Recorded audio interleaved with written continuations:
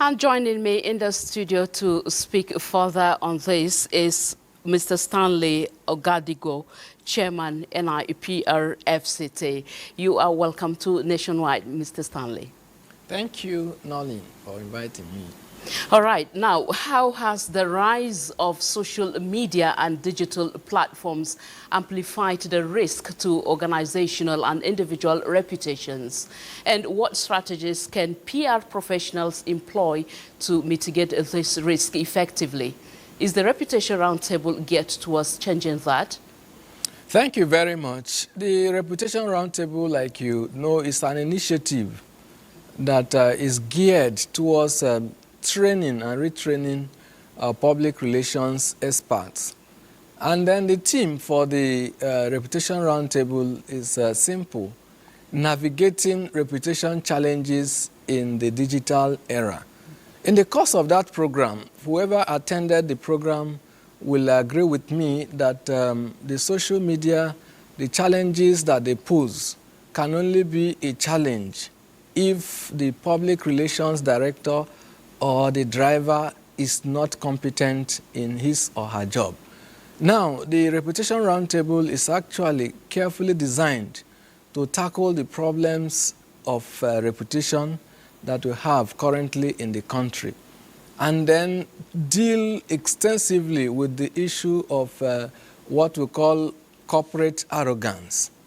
Corporate arrogance, it's a bit of a challenge in the industry because most of the organizations see themselves as bigger than the country itself.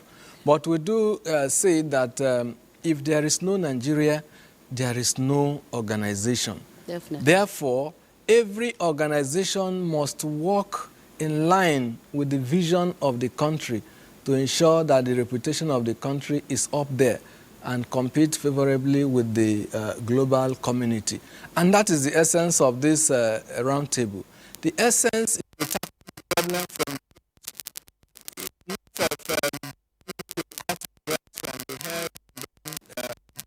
comes up the next day. So in reputation building and management, two major actors are involved, and it can be defined in the character and the personality of the CEO. Then the next important driver is the director of public relations. So you can say that the success of every organization depends largely on the character and the personality of the CEO and the competence of the director of public relations. Now we just say, now we decided to deal with the first, because the first is going to lead to the second. The first is to gather all public relations officers handling the reputation of different organizations to now come to a roundtable to really deal with issues that affect them in their daily operations. It's expected that the roundtable by next edition or subsequent edition will give birth to what we call CEOs in the arena, because we're also going to address the character and the personalities of the CEOs. Oh, all right. While looking at the characters of the personalities and the CEOs, now in the digital era, information, misinformation and fake news can spread rapidly, causing significant reputational damage. What tools and techniques can PR practitioners use to monitor, identify and counteract false information in real time? Okay, it boils down to issue of the competence that I said earlier. A competent public relations director should be proactive. Proactive is the word, and in proactivity, you have all that you need. You must be factual. Yes, we see a lot of things going out with the speed of light, but as a PR officer, what are you putting out there? Now, let me take you through the theme of the Reputation Roundtable, and I'm very delighted that the two keynote speakers did justice to this important question. The first day, Professor K. Ikechukwu dealt with the issue of offering values that are far beyond, putting your organization in the minds of the public without spending the fortune of the organization. And the second day, Dr. Danladi Bako dealt with the issue of integrity in the face of social media issues. So what we are saying here is that if you are a competent public relations expert, you need to be proactive. You need to know that in today's world, information moves with the speed of light, and then you need to be factual. You need to be on top of organizational issue. As a public relations officer, you are the vision, you have the vision of the organization, you are the vision driver. So for you to be a vision driver, you must be knowledgeable on what the organization stands for, the values and the principles of the organization.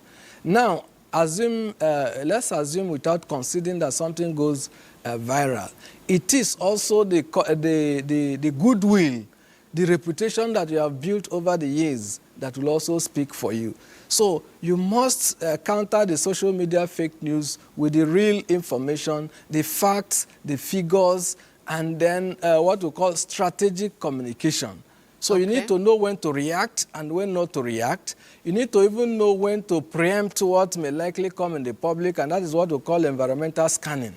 If you are a competent public relations officer, before any negative news comes out of your organization, you are supposed to have got the information through research, through environmental scanning. Definitely. And then you must also be on top of your game because like Professor Keikechuku said, it's not about coming to paint a good side of your organization. It's also about telling your CEO the truth about everything so that at the end of the day, you will be able to defend where necessary and then clarify some information as well where necessary. Thank you very much, Mr. Stanley, for your insight on nationwide as regards reputation and, of course, upliftment of organization.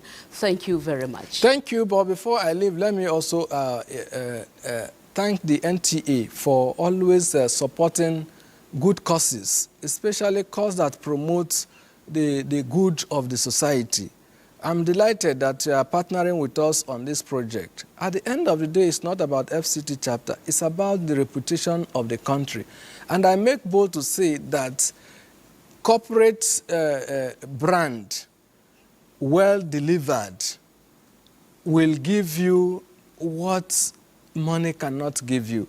So corporate branding is very, very key.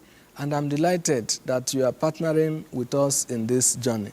Thank you very much. Thank you so much for appreciating us.